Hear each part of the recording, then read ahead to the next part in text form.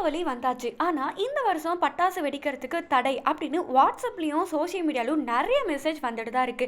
இதுல உண்மை என்னன்றத வாங்க பார்க்கலாம். இதுல என்னன்னா, தீபாவளி வெடிக்கிறதுக்கு முழுமையான தடை அப்படின்ற தகவல் தவறானது. தேசிய அளவுல பாத்தீங்கன்னா எந்த விதமான முழு தடையுமே அறிவிக்கப்படல. ரெண்டாவது ஃபேக்ட் பாத்தீங்கன்னா, சில மாநில அரசுகள் மட்டும் தங்களுக்கான விதிகளை அறிவிச்சிருக்காங்க. உதாரணத்துக்கு காற்று மாசு அதிகமா இருக்க இடங்கள்ல குறிப்பிட்ட நேரத்துல மட்டும்தான் பட்டாசுகள் வெடிக்கணும் அப்படின்ற அனுமதியை கொடுத்திருக்காங்க. மூணாவது ஃபேக்ட் பாத்தீங்கன்னா, வீட்டு பக்கத்துல பட்டாசுகள் வெடிக்க கூடாது அப்படின்ற மெசேஜுமே தவறானதுதான். மத்திய அரசு அல்லது தேசிய அளவில் எந்த பொதுவான அறிவிப்புமே இது சம்பந்தமா வெளியிடல. அடுத்ததா பாத்தீங்கன்னா, சுப்ரீம் கோர்ட் 2018ல சில வழிகாட்டுதல வெளியிட்டிருக்காங்க. அதுல பச்சை பட்டாசு மற்றும் அனுமதி குறிப்பிட்ட நேரத்துல வெடிக்க வேணும் அப்படின்னு அதுல சொல்லியிருக்காங்க. ஆனா முழு தடை அப்படின்னு எந்த இடத்துலயுமே மென்ஷன் பண்ணல. சில மாநில அறிவிப்புகள் பாத்தீங்கன்னா, ஒவ்வொரு மாநில அரசும் தங்களோட காற்று மாசு நிலை மற்றும் பொது பாதுகாப்பு அடிப்படையில நேரத்தையும் விதிகளையும் தீர்மானிப்பாங்க. அதனால விதிகள் மாநிலத்துக்கு மாநிலம் மாறுபடும். உங்களோட மாநில அரசோட சுற்றறிக்கையும் மாசு கட்டுப்பாட்டு வாரிய அறிவிப்பு அல்லது போலீஸ் துறை வழிகாட்டுதல்களை மட்டும் நம்புங்க. வாட்ஸ்அப் மெசேஜ் எதையும் நம்ப வேண்டாம். முடிவா சொல்லப்போனா, தீபாவளியில பட்டாசு வெடிக்க தேசிய அளவில் எந்த தடையுமே அறிவிக்கல. ஆனா மாநில விதிகள் மாறுபடலாம். சரியான தகவலுக்கு யூ டர்னை சப்போர்ட் பண்ணுங்க.